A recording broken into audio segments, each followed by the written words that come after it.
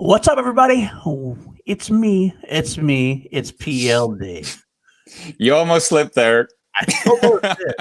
One of these days we'll get it right. But who are you? Who are you? Oh, I'm Richard Eric Jarvie. Welcome to Class Action. Welcome And to what Class Action. That's right. That's what you were trying to say. It was. And I was like, That's my line, though. Don't steal I my want to take lines. your line. I just want to take your line. It just so naturally goes, welcome to where we are. And then we don't do it. But that's not how we do things. I'm going to get used to it eventually. We're only like 57 episodes in. I don't know. At least. You figured I'd know, but sorry, you got in. I just wanted to say that welcome to the classiest show on the interwebs, which is not true, but just something that I like to say. It sounds good. So we're going to pretend that Exactly. it is, and we're going to go with it. If you believe it enough, it'll come true. That's That's right. my thought. But what do we do on Class Action, Paul? Well, on Class Action, we usually take two separate items, whether it be actors, movies, franchises, whatever. We put them up against each other in a battle to the death. Oh, maybe not really the death. That almost seems too extreme, but I kind of like it. We're called the Movie Killers. That's right. No, we're called Class Action, so we're going to go on this little riff of jury and law and judging. So we're going to put up in a class action lawsuit, one against the other. We're going to deliberate with our 5 specially made categories, and then we'll come up with a judgment at the end as to who is the winner and who is the loser. Very true. Very true. And we got some special movies for you today. Two of my, I would say one is one of my favorite sci-fi movies of all time, and the other one is a hugely underrated sci-fi movie. Also, they're both underrated. A lot of these movies that aren't exactly universally loved. They're not. They aren't, but we love them. I do. Yeah, absolutely. We definitely love them. I do want to say first off, before we introduce them, we did take a week off last week. So I know you missed us. Definitely, I got all the outpouring of love and support saying, "Where are you? We need our class action." Well, I'm here to tell you, we have our schedule set. We shouldn't be missing any more weeks. Don't you worry. It's going to be a fun summer. We have some exciting things lined up. We do. Especially if you're fans of Action Movie Anatomy. You definitely have to stay tuned for some upcoming episodes. We're really excited about them. But speaking of Action Movie Anatomy, we should also, of course, pay homage. We are on the Action Industries YouTube channel, the home of Ben Bateman and Andrew Guy. We salute you, as always, giving us a little slice on your channel to let our words of wisdom be spewed across the internet. That's what we do. Without further ado, why don't we talk about the movies first? We are throwing up Ready Player One. Yes, love that poster. I love the poster. If you're new to our show, we try to find the most ridiculous alternative posters we can find, as best we can. Some we can't find. Don't you call them ridiculous? Ridiculous in the best of ways. The best of ways. They're just alternative. There's not typical one sheets, so to speak. But Ready Player One, the Steven Spielberg directed adaptation of the Ernest Cline book, against a sequel, a long time in the making, Tron Legacy. Both very visually stimulating, both very much in the in alternative world, so to speak. Both video game movies, but not actual video game movies. If that made sense at all. I got exactly what you're saying there. It's kind of scary that I did, but it's sort of simpatico, I think, at this point. But they're both very fun movies. Some people think they're overrated. I think they're underrated. But they're definitely underrated. Well, Ready Player One has gotten more attention than Tron Legacy, I feel like. Although it's been a while as well, but I think because of Spielberg, Ready Player One got a lot of attention and people were maybe overhyped. I don't know, but most people say it's kind of schlocky, mainstream, very down the mid lane, but that's exactly what it needs to be, in my opinion. I think the problem, if he has a problem, is the fact that it's Spielberg. He's kind of like the older. He's kind of like, I liken him to a sports star, like an aging sports star. He's like the 40-year-old baseball player. He's not quite the MVP. He's Billy Chappell. Billy Chappell, exactly. Clear the mechanism. He's not quite his all-star Cy Young level, but he can come out and he can still throw.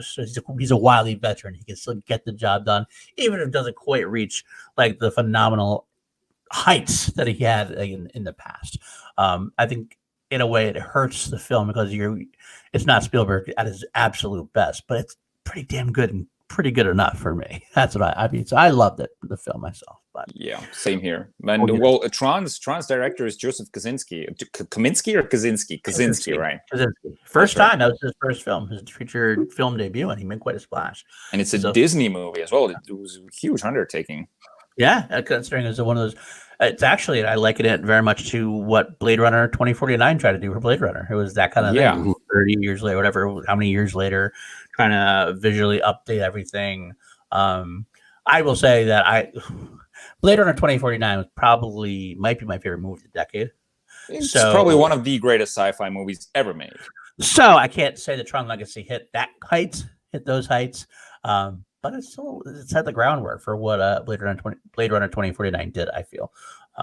But so you hadn't seen Tron Legacy in a while, and I read your review, and I was really excited to read it, and the fact that you gave it a 4 out of 5 stars. I did. I was like, yes. I saw it in the theaters. I can't say it wasn't memorable. It's just that I had never seen. I can't remember if I had seen Tron before I saw Tron. I hadn't. I still haven't. You haven't watched Tron? I tried watching it. Now that's a movie that's a chore to watch. It's aged. It's definitely aged. It's aged a lot, but it's of its time too. But the fun thing about that is it's a movie that I really should have had watched because it's my demo. I'm a little older, obviously you are. This is the 80s. That was my growing up era. And I remember even hearing about it, but I never really watched it. I remember the video game. I remember the arcade game, the actual arcade game. Well, it was an actual game. Well, I don't. Be honest with you, the funny thing, I don't do the research. I should know this. I don't know if the game was made after the movie. Oh, right, yeah. But there was definitely a game involved at some point. But it's a movie like that everyone was talked about. Everybody had a lot of nostalgia for it, but I just had never seen it until much, much later. I want to say I watched it before I watched Tron Legacy, but I don't know for sure. But I guess it doesn't really matter. It doesn't really need that you've seen it as well. That's what I love about Tron Legacy. It's sort of. It throws you into this world. It doesn't really chew it up for you. Like, here's everything that happened, but you get what happened through like emotional connections and through these, like, Alan as someone like Clue and everything that's like, these are pre-existing characters that you might not know who they are, but they still weave it together in a way that you're on board. That's true. And you can have a good time. That's true. Well, we should get into it. The brief of the week, like I said, we always have the 5 custom-made categories. But before we get into those, we do have a couple games we like to play. Yes, sir. The first game we will play, as always, is one of my favorites. What would Ed Harris play?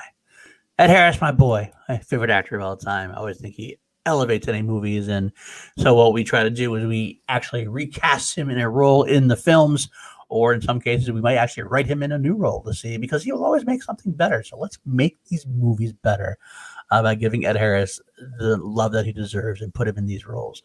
Watching you explain what Ed Harris plays, like watching Ben Bateman explain fist pump. It's like it's a fist pump on its own. It's like it's so enjoyable.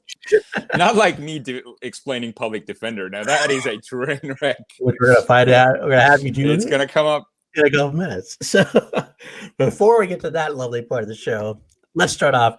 Did you actually get this done this week, or what are we doing? We were talking before we went live, and I told you that I hadn't done it, but I came up with it as soon as I told you. I'm actually kind of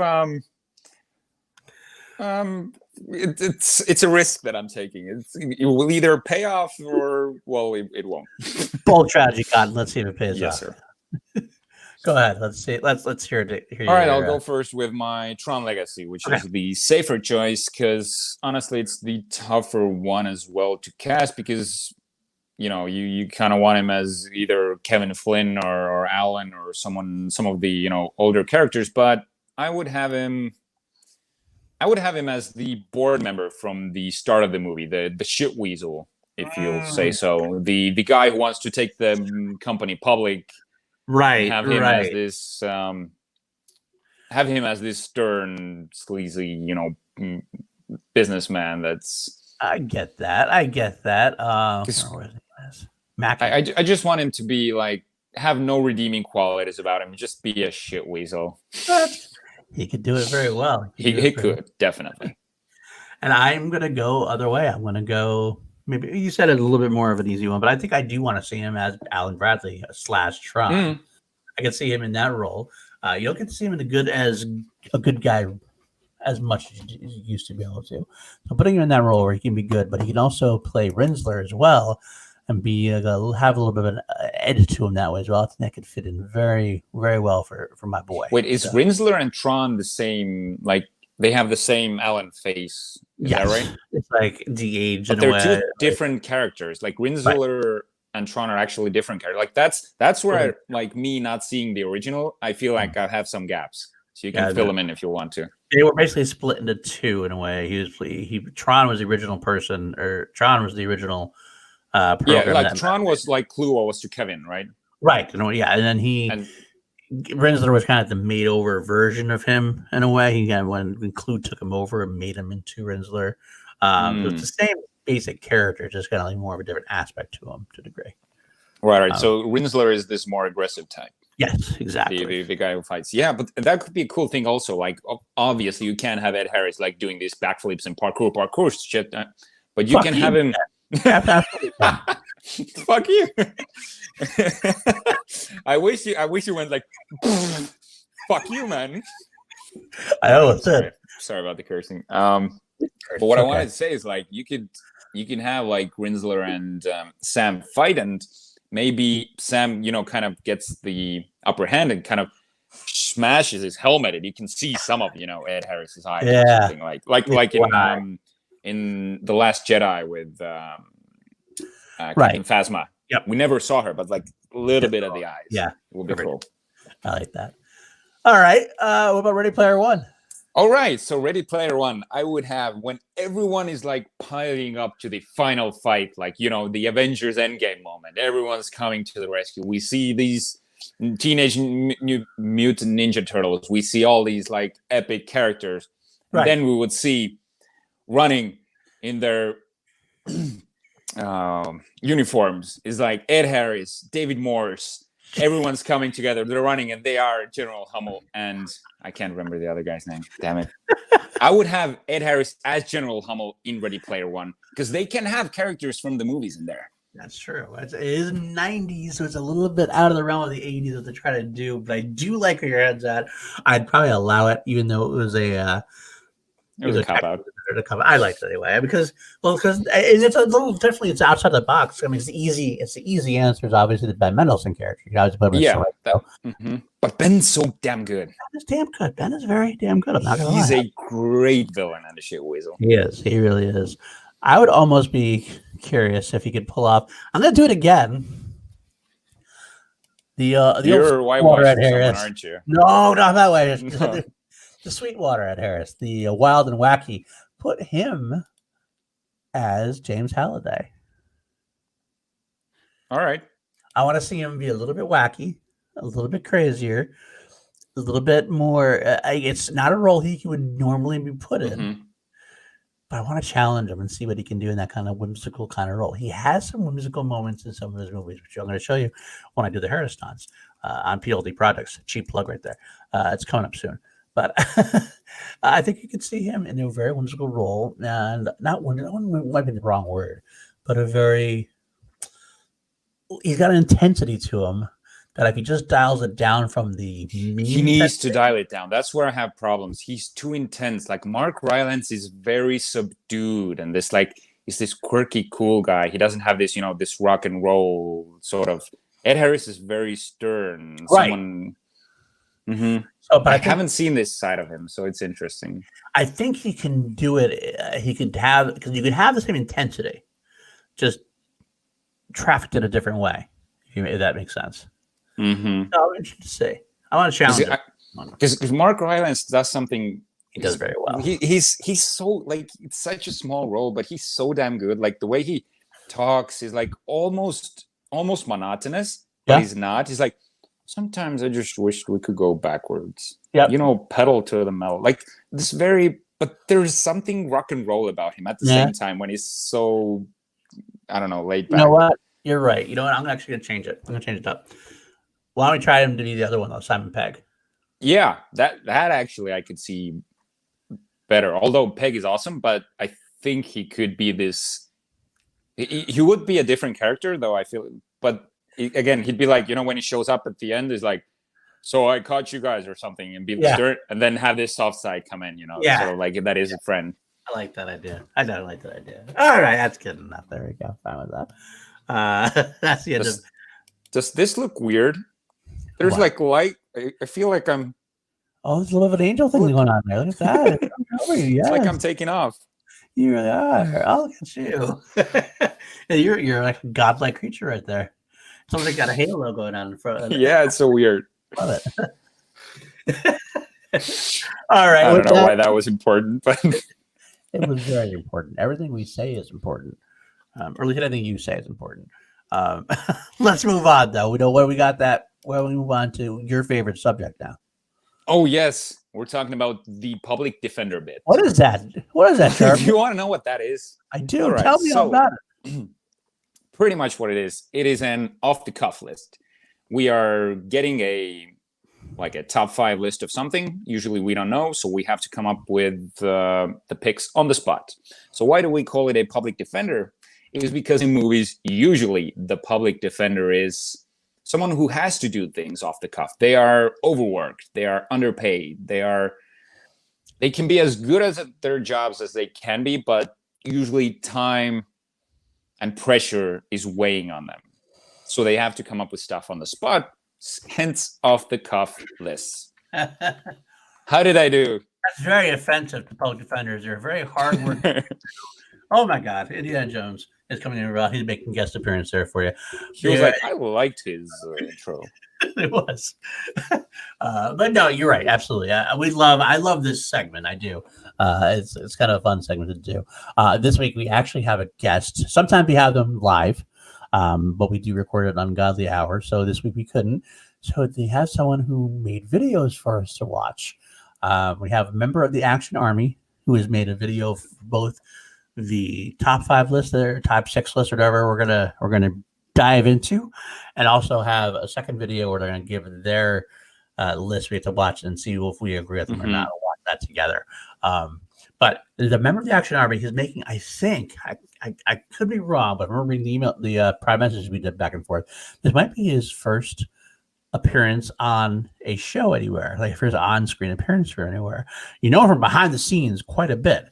You know him very well because he's the guy who made this. This is this is by far the greatest thumbnail that he's made for us. Absolutely. This looks so cool.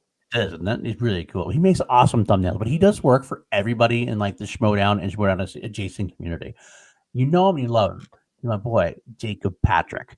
He was so excited. I remember I told him what we're doing this week, Ready Player One versus Tron Legacy. And he wrote back, goes, "You're doing Tron? Holy crap!" I'm excited about it. So it's like then you like sent me, like, you told me that he's so excited for us doing Tron, and I'm like, let's give him the off the cuff. That's like perfect.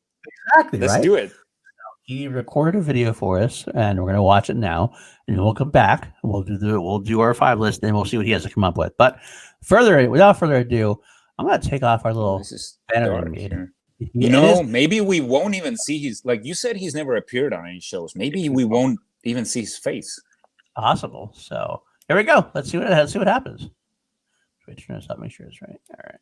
I hope this is important. I hope not too. This would be really bad. Luckily, we're pre-recording this. So. Yep.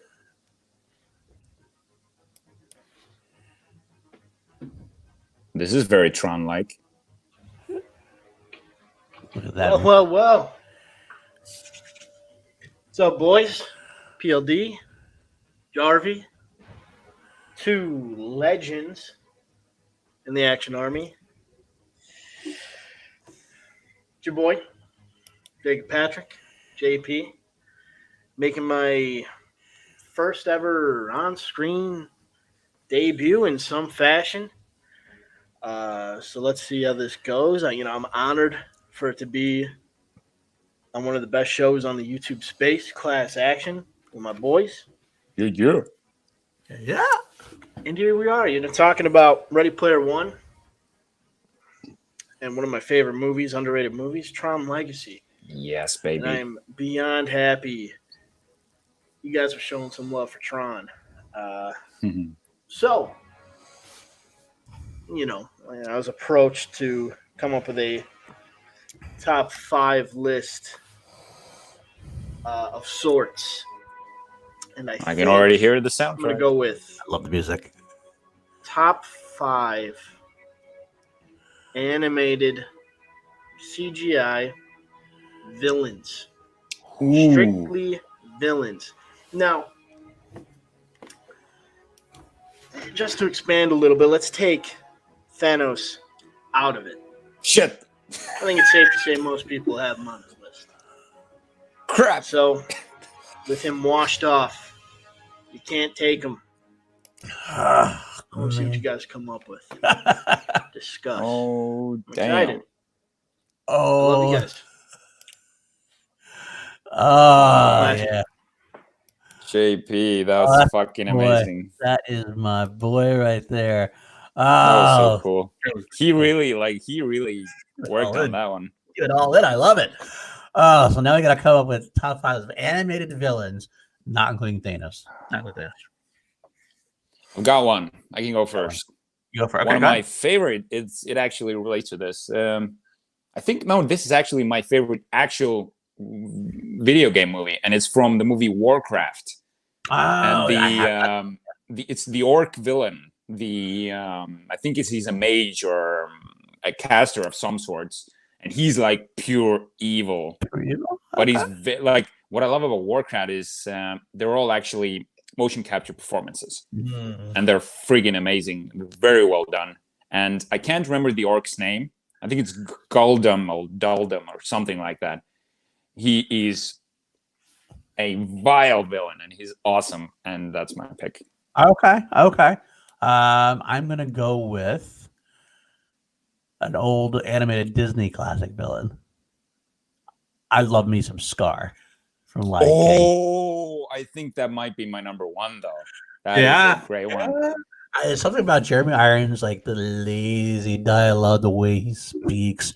Yeah. He's so vicious. It's so evil. I love how he chews up the scenery. I gotta go Scar in there. That's a good one. That's a good one for me. So Scar.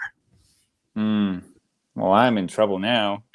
You got nothing else, huh? I don't want to say Steppenwolf. I don't want to say that. But that's the first CGI thing that comes to my head. That's not good. I can't say Thanos. All right, let's think. Some comic book movies. Something. Come on, help me out here. All right. Oh, it's not really a CGI.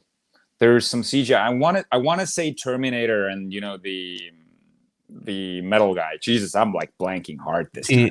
T-1000. But like, yeah, the T-1000, but he's not really CGI. He's only CGI that's used on him. I don't know if that counts. No, I can't pick that. All right. I'm really in trouble here. All right, you go. Smaug. Well, fuck you, man. This is too easy for you. Can't go wrong with Smaug, man. Smaug. Benedict Cumberbatch. I mean, I know the Hobbit films aren't quite as loved as the Lord of the Rings, and rightfully so. But Smaug was one of the ones that things they got right. Benedict Cumberbatch's voice was just phenomenal for the role, and it was very menacing and very much so. Everything in place, everything about his entire sequences were the best parts of the Hobbit movies. So I'm leaving it wide open for you. All right, I'm gonna go with something weird. He's a villain, and then he turns into a hero. But the new Godzilla movie with Aaron Taylor Johnson. So I don't want to, because there's so many. Well, he starts off. He's really not a villain though. But I'll go with what are the evil monsters in there? The huge, like the ones that Godzilla needs to fight. I actually. There's no, it's a really famous name. I'm gonna get slaughtered. I know what you're saying. Yeah, I know what it is too. The kaiju. It's pretty much kaiju. Anyway, the villains from Godzilla that Godzilla has to fight. The like insect-looking ones, and the many-headed dragons, and okay. yeah, I'm really blowing this one. I gave you the option of going. I took Smog, thinking you could take I Gollum. know. That was my first choice, but Gollum really is not the villain. I would say he's a victim. Is like. I get that to a degree. Okay. Well, I gotta come up with one more then. What about? Oh, I can't remember the character's name. All right, what movie? The Incredibles. Jason Lee. Interesting. I can't remember that movie at all. It's the voice he does. I can't remember who the sidekick for Mr. Incredible. This is exactly what happens with Off the Cuff. We're not the guy from the movie. You know the guy, that guy or that. But that's where you go. Jason Lee's character in Incredible, as well say. It's Mr. Incredible's sidekick. Former sidekick, I should say. I like it. That was a funny movie. That was a funny character for me. So I like that. Even as an animated, not quite intimidating as an animated villain, but it's pretty good nonetheless. You got one more in you? All right, I'm gonna go with the no. Okay, I'm gonna cheat a little here, but he's a villain. All right, I'm gonna go with Thor Ragnarok, and when Thor has to fight Hulk. Can I take this? Hulk as a villain? He's a villain, kind of, because he wants to destroy Thor. I'm not giving it to you. I can't give you that. Well, crap. All right, I'm gonna go with I can't choose Hela because she's really not CGI. I'll go with the huge Ragnarok thingy that destroys, Asgard. Okay, Surtur, we got that. Okay, that's good. Surtur, that's right. All right, I did throw a couple of those. Thinking as we went on, throw Kingpin in there would be a good one from the Spider-Verse film. I tried to think of live action movies that have CGI characters. I try to steer clear from animated movies, but that's not something we had to do. That's just me. Yeah. I actually thought of some other animated villains like Jafar from Aladdin would be good. Gaston from Beauty and the Beast is actually pretty good. The Cobra Commander from G.I. Joe movie. Megatron from the Transformers movie. Oh, why did I not think of Megatron? He's awesome. They're awesome. They're all awesome. So, but that's what we'll go with. You know what, though? We've got to find out now. We're going to find out what Jacob. That was a terrible list by us. That was not a good list for us. Jacob Patrick, you totally stumped us. We were not prepared. Yep. You did your job very well. Thank you very much. Let's see what he had to say. Get that one up here. And his list is going to completely dwarf ours. And I'm gonna keep us on screen for this so we can kind of watch this together. Let's see what his list is, which is probably totally better than ours. So let's go. Well, here I am again. I was unprepared, that I also had to bring my top 5 list for my own suggested topic. So, here I am days later, had some time to think about it, lost some sleep. I love this guy. But I think I'm sold on my top 5 CGI villains. So I'm just gonna start at the bottom, number 5, my wild card sleeper pick from a movie I know isn't the most liked of the MCU. I find it underrated, and that's Avengers: Age of Ultron. So yes, Ultron is fucking awesome. 5. That's true. I think James Spader, what he brings to the character, even though he doesn't actually do a whole lot in the movie itself, I think the character is awesome. Agreed. Yeah. Number 4, like CGI, not animated. is the one I had the most difficult time really solidifying. That's it. Okay. But I decided to stick with my passion and love for Disney. Okay. I'm going with Shere Khan from the live-action Jungle Book. Oh, I thought about that one. Actually, that was my next menacing character. What it just brings to the character. Absolutely. Is that Idris Elba? I thought it was very well done. Yes. And all 5 of my picks are. I tried to find a balance between looking visually pleasing and also being, a solid character in itself. Number 3, how could you not include Gollum from the Lord of the Rings franchise on your list anywhere. I got why you didn't. I got why you didn't. The absolute legend, but the best in the biz in terms of motion capture for characters. That's absolutely true, though. You have to. He has to be somewhere on your list. If he's not, your list is wash. See, I should have thought of Koba. Doesn't matter. Oh, Koba. Number 2. Koba. No. Dawn of the Planet of the Apes. There you go. Do I really need to? Totally forgot about Koba. He's just an awesome villain. He is. He really is. Just evil and hatred that resonates inside of him for humans. Exactly. You know, trying. He thought he killed Caesar. He's just an awesome villain for a great trilogy. Yep.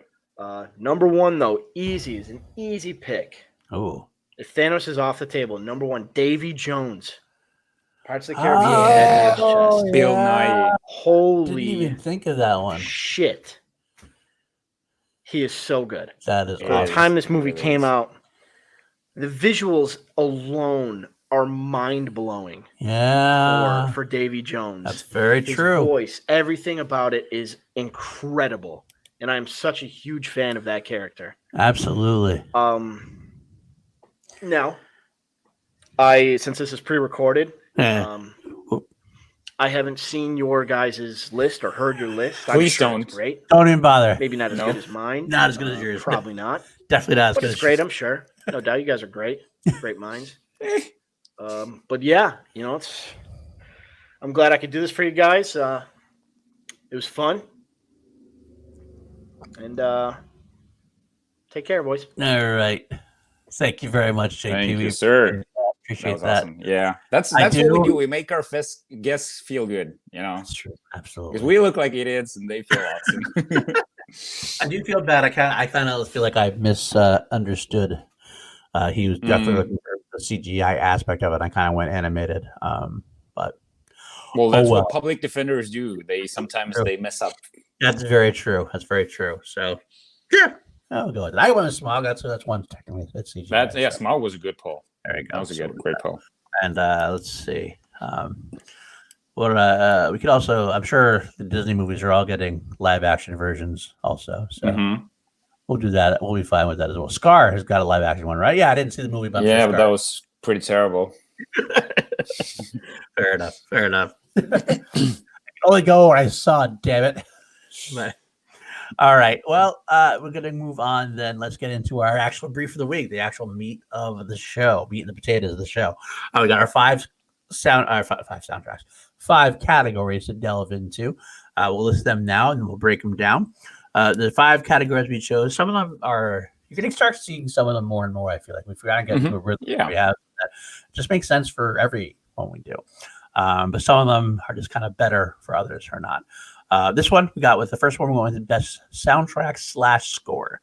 These are both movies that need, especially Ready Player One had more of a soundtrack aspect than a score aspect. Much. Tron actually had the Daft Punk score, pretty much no actual songs there. We're gonna get into that in a minute. But category number 2, best. This is interesting to me when I watch it. Best mentor / father figure. And some people might think it's a little bit of a stretch for Ready Player One, and it is a little bit. But we'll make it work because you're gonna have to trust us. No, because Rylance is awesome. We talked about it a little bit. He does so much with very little time. Right, but is he really a mentor / father? He's a mentor for sure. I would say he's a mentor. But he's like an absent one in a way. But we'll get into it later on. Jeff Bridges is also absent for most of his. Oh, but we had some actual scenes like between the characters that are real. That's you don't really know. Halliday came back at the end. He asked him, "Are you dead? Are you real?" It never gets answered. We don't really know. He's dead.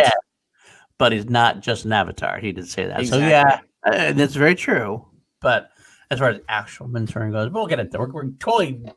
This is why we can't advance. We can't talk about these in advance. We start getting into them. We get so excited. We want to talk through them already. Number 3, better visuals and CGI.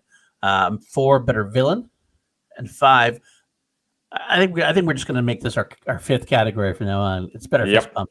We did steal a little bit from AMA, but God, it's the best thing to talk about. It's our favorite parts of the movie. So why wouldn't you talk about them? Which is those big moments that you go, yes! And that's good. So let's get into the first one then. Let's go better soundtrack / score. Do you want to go first? You want me to go first? I'll go first. Okay. This is Daft Punk easily. Easily. I'll just say, like, I do love Ready Player One's. It's very Alan Silvestri's score reminds me a lot of John Williams stuff. He has this magical touch. He has. In fact, we thought it was John Williams. Well, he uses Williams' scores in there. In fact, you thought it was Williams. You were pitching this to me. I'm going to throw you right on the bus here. Yeah, I thought it was John Williams who scored it. I was like, wait a minute. I don't think it's John Williams. Go ahead. I'm sorry. Go ahead. No, that's all good. And they use pre-existing scores from like Back to the Future. They use The Shining. They even use a little bit of Star Wars theme maybe at some point. I'm not sure. I think they mentioned Padawan. I figured there was like some movements there. There's so much, like, you almost feel like, interesting. This movie throws them all together, and we're sort of supposed to believe that this is a great score. But that's exactly the kind of movie that needs this approach, this, mix of greatest hits, and also like the soundtrack itself. Like the movie starts with Van Halen. That is spot on. You're like, okay, you know exactly what kind of a ride you're on. Right. You're stealing my thunder here on that one. I'll tell you that. I know. I won't talk about the soundtracks as much. I more approach this from the score side, and Daft Punk redefines movie scoring. That is something. Probably some pop artist has done a soundtrack. Queen really did songs. It wasn't actually like instrumental music. They did both. Flash Gordon really only had the two songs that it was one to get the theme, and then the ending song. They had a couple of vocal refrains, but it was still like pop music sort of. But this is actual like instrumental, classical music that gets interweaved with this techno, and Daft Punk itself appears in the movie. When they pop up, it's amazing. And truly, like, I listened to this soundtrack for a week after I rewatched this movie, and I still listen to this. It's one of the greatest movie scores. It's in my top 5 greatest movie scores of all time. And this is Daft Punk revolutionized movie scoring with this one. So this is easily for Tron Legacy. Interesting. Okay. I get what you're saying on that. I will say, I know you already said it, but I got to do it again anyway. It almost a fist bump moment for me. Was the beginning of Ready Player One. You kind of lit into it, and all of a sudden that synth chord played. Dun, dun, it's like, yes, this is so what this movie is going to be. Exactly what the book was as well. Well, this is exactly the tone that we needed.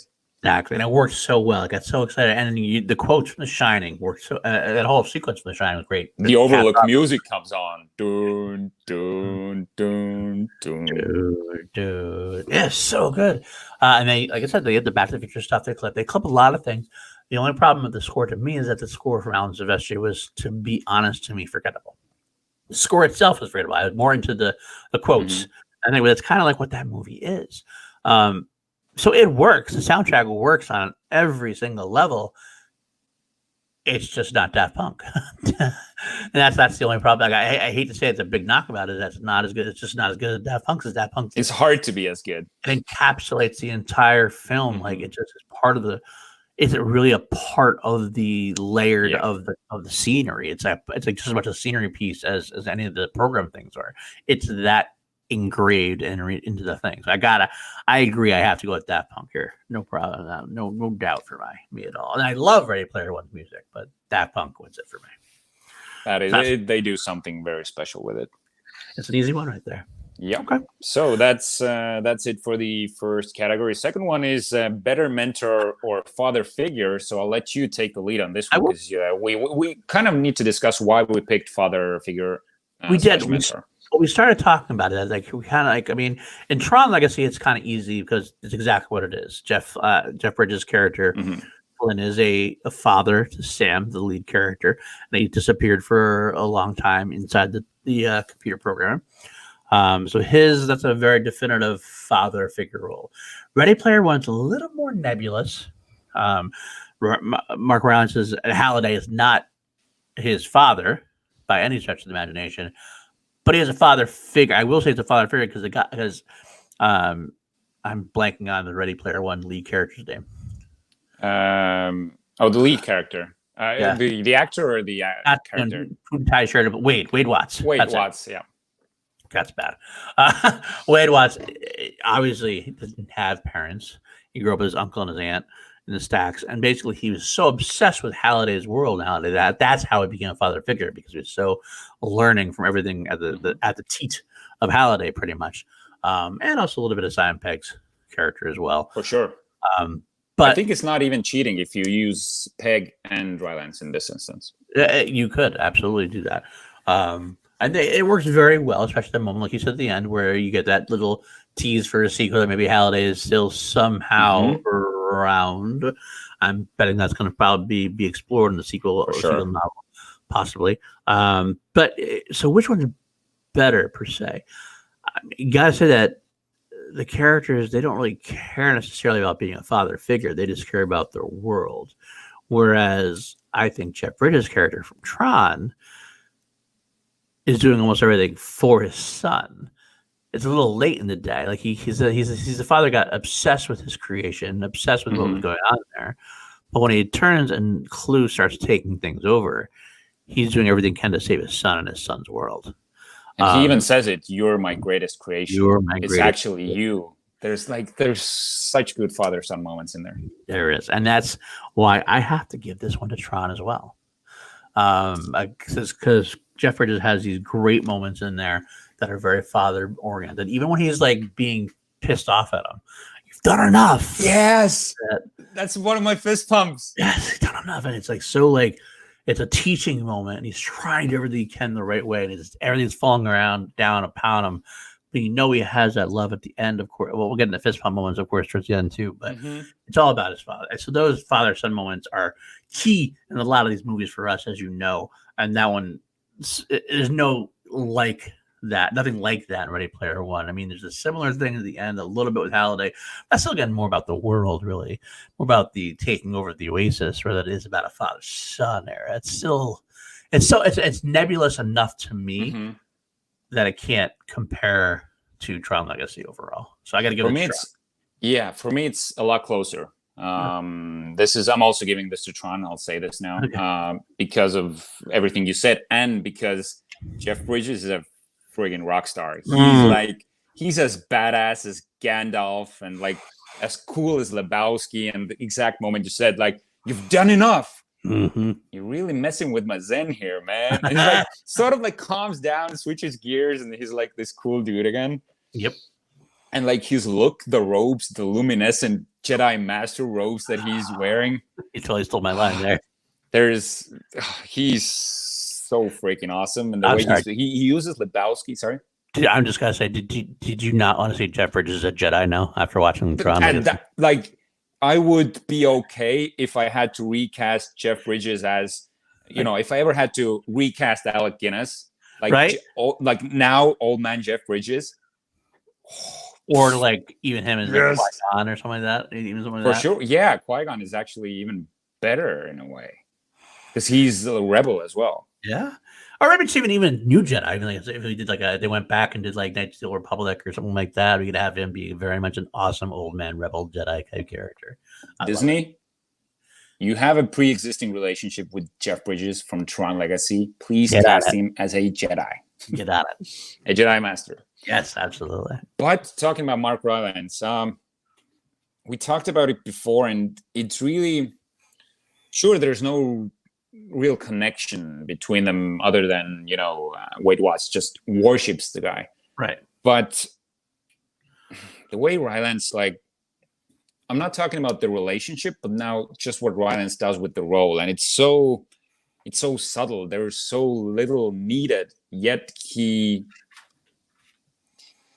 way he's there's a scene like, if you can reach under your seats, you'll find that there's nothing there. It's like such a bland line delivered with so much humor, right? And he really is.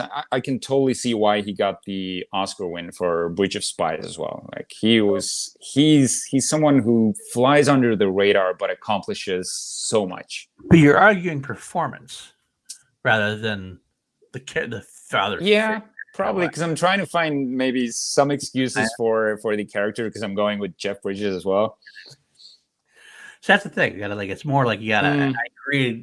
It's just that if you're gonna put the categories, if you're gonna put best performance against James Bridge against Mark Rylance, that might be a better category. Might be a better battle. When it comes to actually having them as mentors / father figures, it's definitely, to me, it leans towards Jeff Bridges that way. Yeah, that's true. Well, I picked Jeff Bridges anyway, as Kevin Flynn wins this category for me. There you go. Nothing further needs to be said then at that point. Maybe we should have changed the category we're discovering now, but that's all right.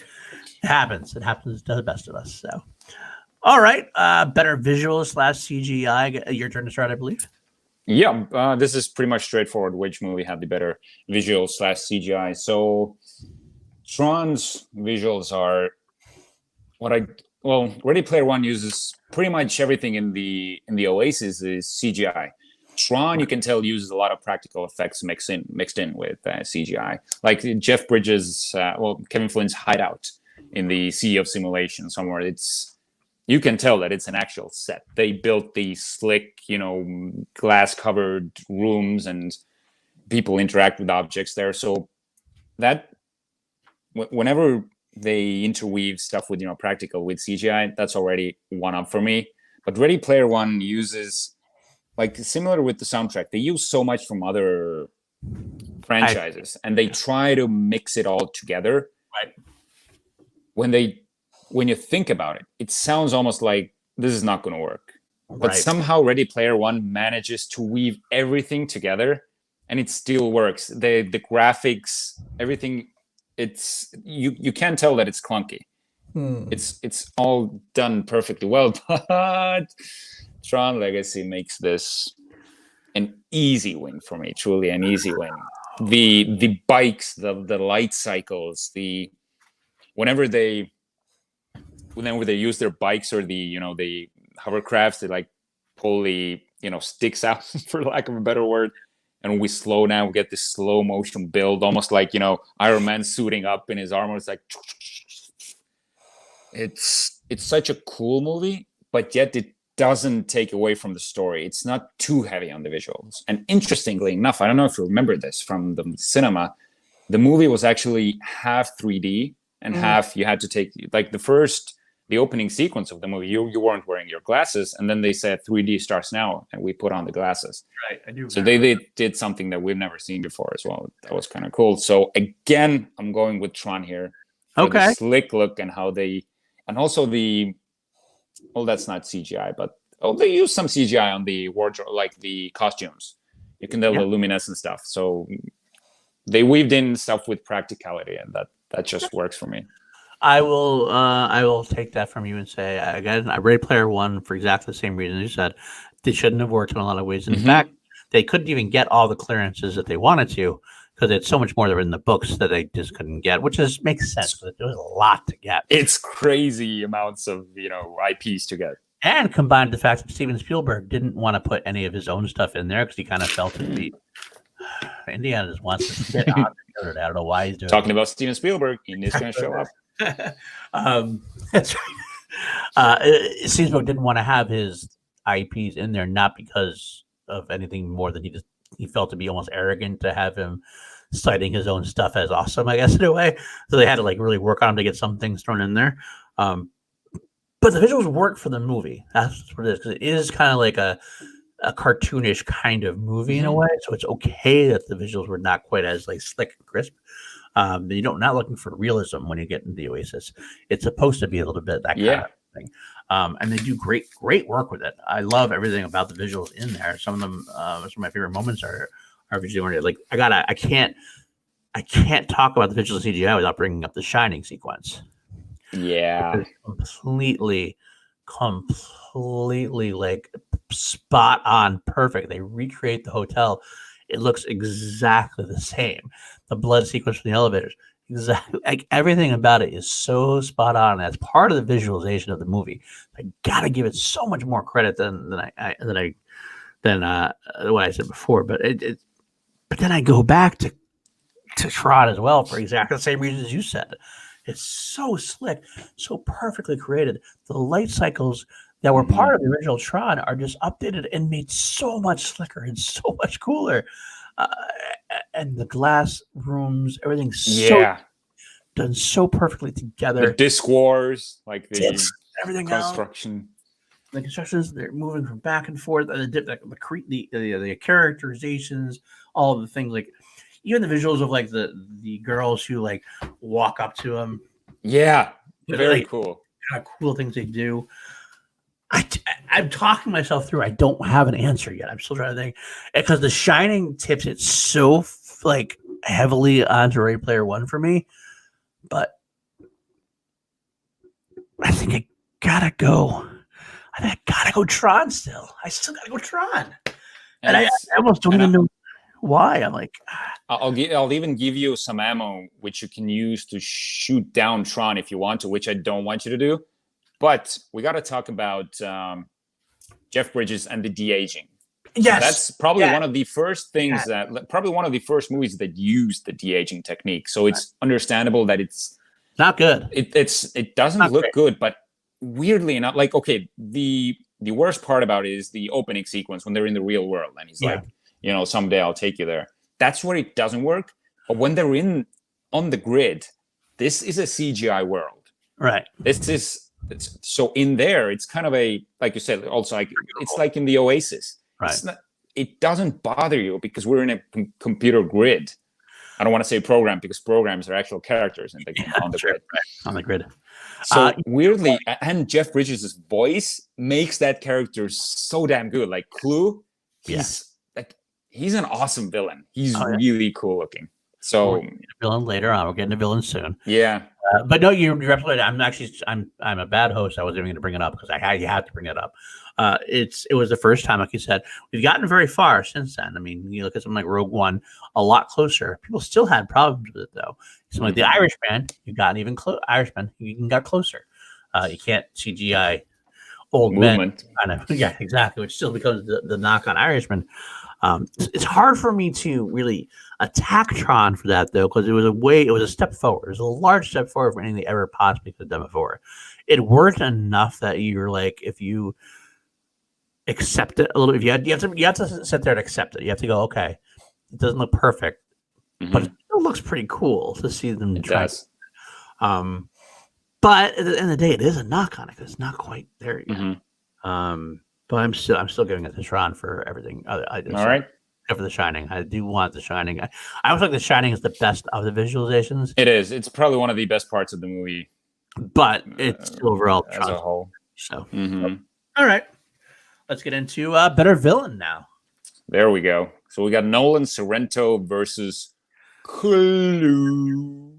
And not only Clue, but there are a couple other villains you could throw in there if you want to do villains, because you do have Zeus / Castor, played by Michael Sheen. Yeah, which is, he does betray them, so he is definitely. I would say he's a shit weasel because he really isn't a bad character. He's just out for himself. No, you're right on that. But he is on the bad guy's side a little bit. He does betray them, and then there's also James Frain's Jarvis, Jarvis, the right hand man, the Clue's right hand man. We talked about right. Yeah, we talked about him. Yep. And he's good at that role too. I love James Frain has been in a lot of genre TV. He's that squinty little, like, he actually looks like a shit weasel, but he ends up he usually plays characters more powerful than that usually. But these are they all count.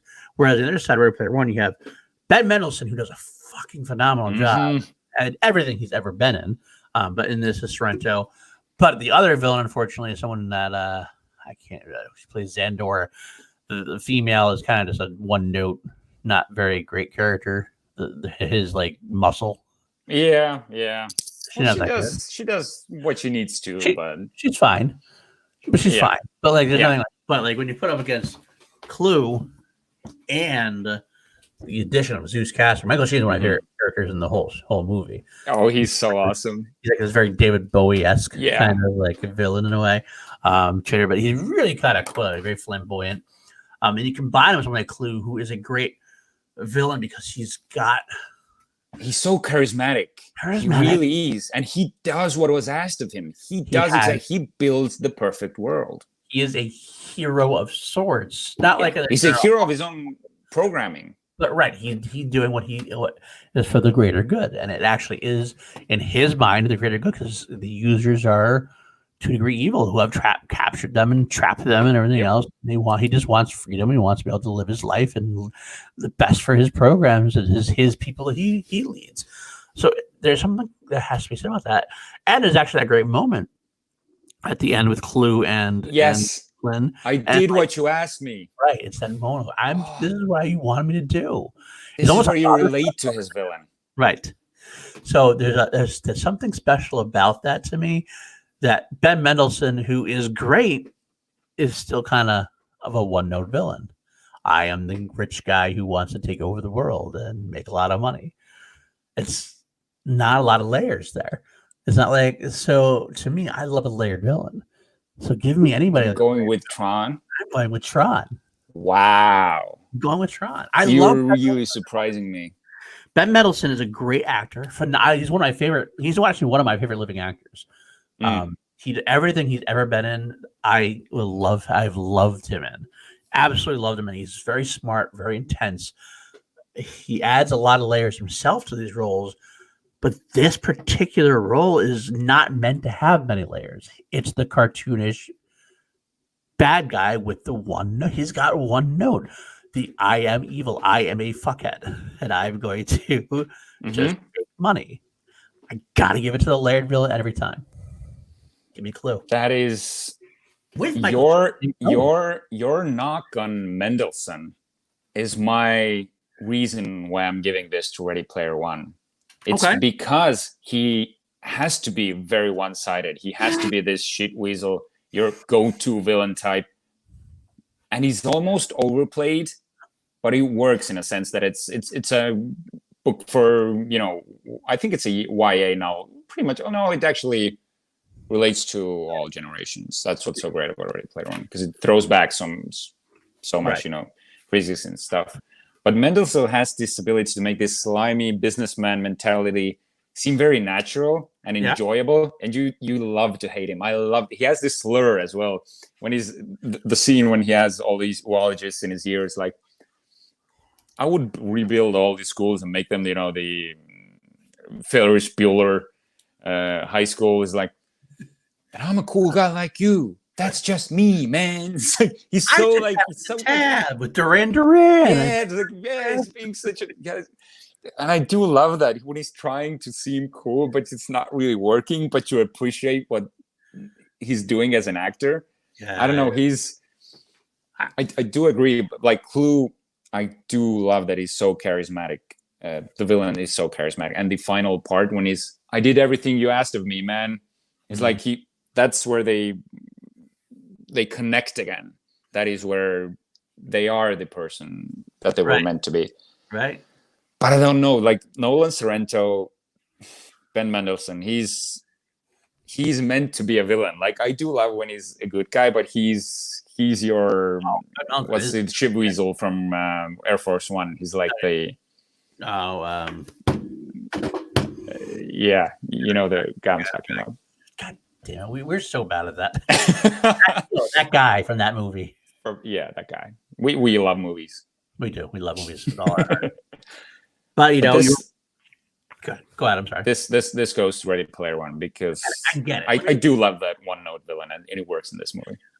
Again, my picking Tron does not in any way suggest that I don't like Mendelsohn or his role. Of course, he played it perfectly well.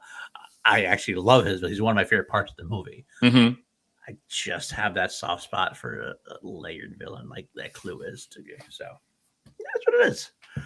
All right, we got one category left. It's time for better fist pumps. Let's talk about those moments that we absolutely love in the film. Is it my turn to go first or yours? I can't remember. I think we can go back and forth, because I just, I'll be honest, I have like a bunch of fist pumps just written down, and I want to get through all of them. Okay, well, I'm going to go one real quick. First one from Tron. It's the Jedi moment, Yoda moment. It's in the club. It's in Michael Caster's club. When Jeff Bridges comes up, he's like, puts hands down. Hands down. Lights go out. Holy shit. You're like, oh, this is who that guy is. This is who Flynn is now. He is the fucking Jedi Master. He's the creator. The creator. And he gets that look, oh shit. Oh shit. That's like, oh shit. That's the oh shit moment pretty much. Love is one of my favorite parts of the whole movie. Same here. Like, and the Daft Punk score comes on, he just starts taking out these, drones or whatever they are, the soldiers. Absolutely. Oh man. Go ahead. I'll go with Ready Player One. Okay. My first fist bump in the movie is, I already mentioned it, but I didn't take it any further. It's the moment where Wade is in the archives, and he's watching the clip that he's seen 1,000 times, and he's leaving already, and then Mark Rylance goes, "Why can't we go backwards for once? Backwards, really fast as you can. Really put the pedal to the metal, And this score comes on. He's like, oh, he's figured it out. And the moment that score comes on, he goes back. He's like, wait, rewind that, go back. It's like, oh yes, you're right to something. This is like, shit starts to go down. I'm so excited for the rest of this movie. That's true. Very true. I'm gonna go back to Tron still. It's the ending. It's the ending sequence where just like you said, Clue's like, what did you do? Like, I did what you wanted. And Sam, go. And Sam is trying to get out with Olivia Wilde, who, by the way, we haven't mentioned at all. I feel bad that we haven't mentioned Olivia Wilde at all. Olivia Wilde is great in this movie. I love her. Yes. Herself as a fist bump in this movie. Both Olivia's. Olivia Cook, Olivia Wilde. Amazing characters. Completely great characters. But so they're leaving, and she gets to see. But then he goes for her. He goes for them. So Clue goes for him, and then he has to Jedi up again in a way, and has to sacrifice himself. And he's like, he brings him in, and an explosion. And you're like, no, but then they're like, yeah. Same time, it's so good. You know it's happening. You know Jeff Bridges is probably not getting out of this alive, but it's still such a powerful moment. And the father-son moments, like every father-son moment that they have, like the one where we talked about, it's like, you've done enough already, right? Sam, you really were messing with my zen, man. And the first time they meet, like when Sam thinks he's meeting his father, it's actually Clue. And you're sort of like, you see Sam, then you see his face change. Okay, this is not my dad. And when they finally meet again, and when they hug, like that's when it breaks down for me. Speaking of Olivia Wilde, though, I'd throw that in there too. When she first gets in there, during the whole light thing, all of a sudden she comes out, blasts the hell out of the guy. Get in, and you're like, no idea who she is, and she kicks ass. She's like, let's get out of here, and she just drives off. And you find out later, like, who is this person? Who is this creature? You find out later on that she's she's like the last surviving ISO. That's right. I'm like, oh, it's so cool. She's so awesome. I love it. Her Olivia Wilde's a fist bump for me and all. So yeah, she has so much fun with the character. She's really enjoying herself, like letting loose, and exactly what the character needs to be. She's like this naive character. She's so good. Like, you believe that she's not human. You believe that she's like hasn't these tendencies, but she wants to be feeling. She wants to feel. She has a personality. Right. Exactly. So good. I haven't talked about Ready Player One yet. There's a lot more. The Zemeckis Cube moments. Well, Zemeckis Cube. When he's like, when the music comes on, the Back to the Future music. Yep. That is such a great fist bump for me. The Van Halen moment right from the beginning. Like I said, when that first synth chord plays, you know what's happening. So good. So many good moments. The Shining. The Shining, the Overlook moment, the one we discussed. And during the final battle, I don't know why, but I think it was one of my favorite fist bumps in the movies. I don't want to say what comes before, but it's fucking Chucky. And it just starts like the way you don't expect that there to be a fuck in the movie, right? But the way it's used, it's fucking Chucky. That's awesome. That's true. So many good moments in there. I mean, there's so many good moments just as far as there's so many minor fist bump moments every time they bring up something nostalgic. You see Iron Giant. You see the Gundam. Like, I choose Gundam. The Gundam part, exactly. They start talking about things. You're like, oh, I love that. The shine. Every time they mention them, you're like, oh, that's so cool. That's so cool. That's so cool. But yeah, everything about that movie is so good. And the ending's also a cool moment too, when he finally gets that free coin comes into play. Everyone's like, how the hell is he gonna get this extra life? And you see Olivia Cook. Wait, how are you still playing? Oh, man, that moment Extra comes. life. Actually, he has it. Oh, it's so good. Whole movie is so good. So which way are we torn. leaning? Yeah, which way are you leaning? I think because of Kevin Flynn and Sam moments, the father-son moments, and Kevin Flynn showing up at the club. Right. I think that takes it for me because I'll be honest, when he showed up at the club, I rewinded, turn my volume up, and I just watched it again. I was like, yes. So I'm going Tron Legacy again, which Wow. I think I'm actually leaning Tron also, and there's the reason why I might talk myself out of it. So let me give a second. I think Ready Player One actually probably has more fist pumps, but they're more like it's like consistently a fist pump. Yeah. But what happens? It's like kind of like that lessens the actual fist pump moment. It's all like, oh, that's cool. Oh, that's cool. That's pretty cool. That's cool. That's cool. Tron has those fuck yeah moments. Yeah. Like, yes. It really sees the fist pump in a way. I gotta give it to Tron also, man. I gotta give it to Tron. And I'm surprised because Ready Player One's my favorite movies of the last couple of years. But same here. That's what breaking things down into categories does for you. Do you even realize? Have you been paying attention to our scoring at this point? I think it's like 9-1. It is 9-1. It's almost it is in sweep. The only thing we got is you're giving Sorrento the better villain. That's it.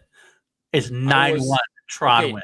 I gotta explain what happened before we decided on Ready Player One. We were like, we want to do Ready Player One versus something because it's such a great movie of ours. We just gotta find something that Ready Player One is able to, jab in the ring with. Right. It got demolished. Got its ass kicked by Tron. It's weird because, sorry, Jacob Patrick's happy. JP is happy. Yeah, for sure. But interesting. I give Ready Player One 5 out of 5 stars. I give Tron Legacy 4.5 out of 5. I categories overall, break it down. I think overall, if I had to pick a movie I was going to watch, like you put a movie on the after, I'd probably put Ready Player One on first. Yep. But Tron is so good in its way as well. This is why this show, I love doing this show because it just these surprises that are there. You're like, I don't get it, but it comes down and you look at the categories and I can't change my mind in any of them. It is what it is, It's 9-1. 9-1. Tron Legacy beating Ready Player One. Wow. No. That's insane. That's insane. But you know what? But I'm happy. I'm really happy about it. I hope the people in the chat are as well. I hope so as well, too. We're going to find out. This is you're watching this on a Sunday. This is pre-recorded earlier in the week. But I'm hoping we'll be there and we'll have a good time. And you're not yelling at us too badly. Hell, you know what? A lot of people may not even like either movie. Both these movies suck. That's all right. Everybody loves their own movies. That's fine. It doesn't bother me at all. I'm used to liking movies that people don't like. Yeah, same here. Exactly. All good. But you know what? That's our show for today, guys. I hope you liked it. I hope you hit that like and subscribe button. Give us some comments down there. It always helps the algorithms, as Ben likes to say. Also, please feel free to give us suggestions. We're always looking for some suggestions. Some things that you want to hear us talk about, put up against each other. We had some suggestions before that we're looking into at some point, but we'll go into there. Should I announce our semi-official schedule of sorts? I think you can say what we're doing next week. I'm going to throw them all out there. See, this is what's coming up in general. How about that? We're not going to say exactly when we're going to do them. But I think we can get this out there now. We came to a degree.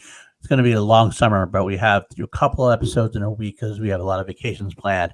We don't want to skip weeks, so we're going to try to get as much in a week as we can. A couple of the things we got coming up. We're going to have two of my favorite comedies of recent time. Game Night versus Tag. I love both these movies. I think they're both hilarious. I love them both. I can't wait to find out because they're going to categories to face them against each other. We also got one that's going to be one of Jarvis' favorite, I feel. Yeah, buddy. The Dark Knight is a great movie. The Dark Knight is probably considered one of the greatest comic movies of all time. But what about the other two? We're going to put up Batman Begins versus The Dark Knight Rises. I like that idea of better one of those two. A lot of people like. There's some people who actually like Batman Begins very well, but some people who hate Dark Knight Rises. I'll give you a hot take. My favorite movie out of the three of them is Dark Knight Rises. Which is funny to me.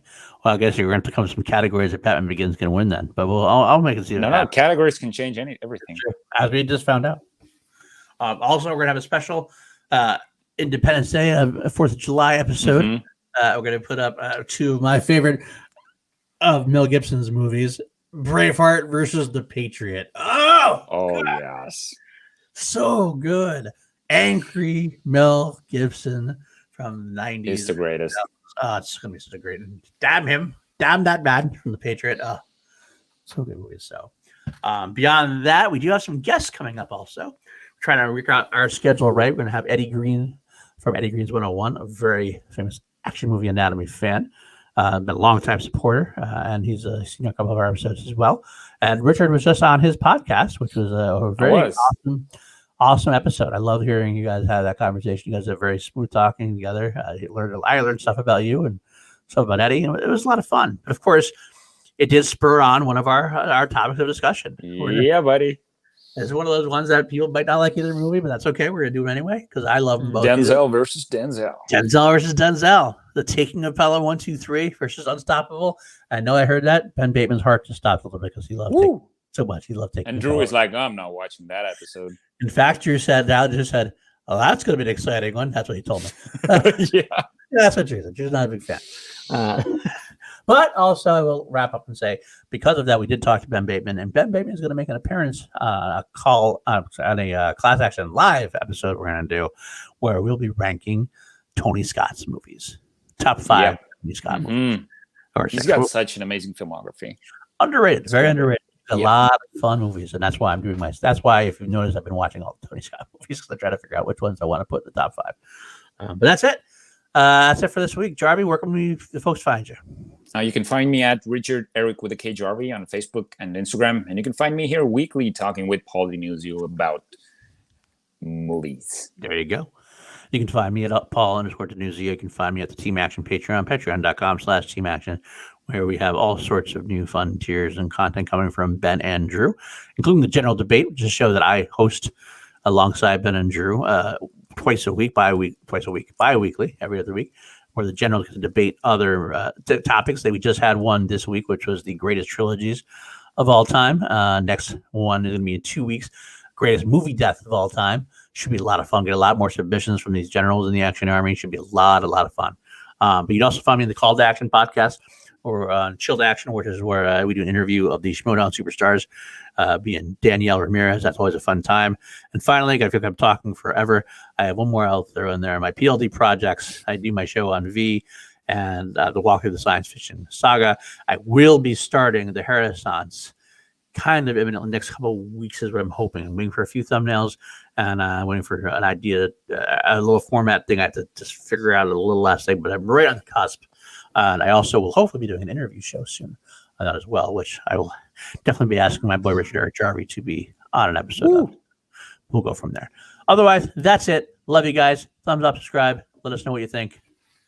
And of course, as always, court is adjourned.